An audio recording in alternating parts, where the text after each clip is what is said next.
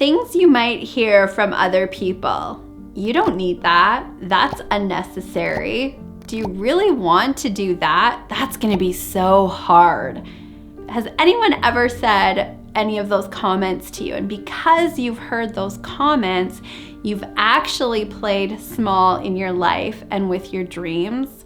Let me give you an example of this in my life. Jeff and I had a desire to move to an acreage and to raise our family in an acreage.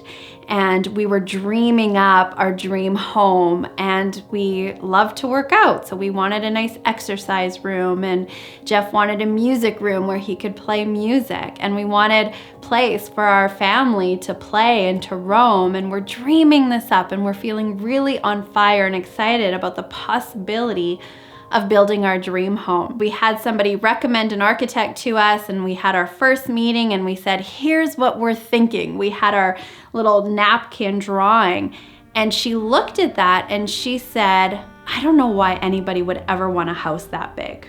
In that moment, two things could have happened.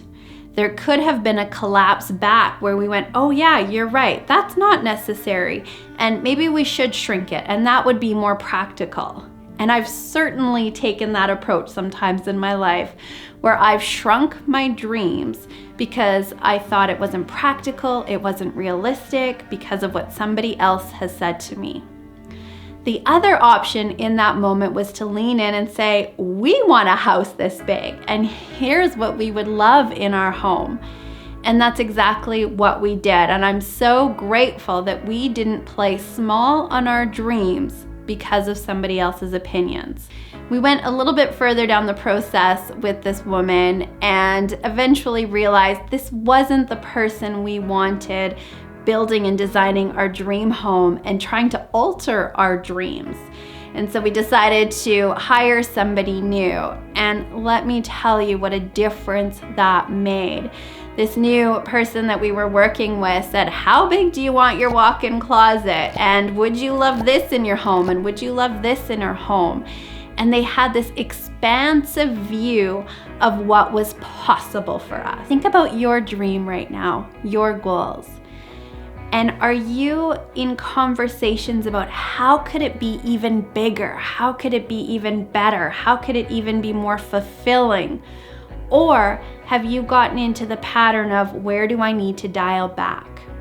Where do I need to play smaller or maybe shrink my dream because I don't know how, or because what it might cost or what that looks like?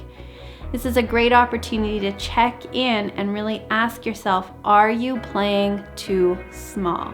And instead, replace that with the question, what would you love? If you truly believed that anything was possible, what lights you up? How would you design your home, your career, your health, your relationships? Really leaning in and finding people who help you to think bigger, more expansive, and to really believe that whatever you dream is absolutely possible.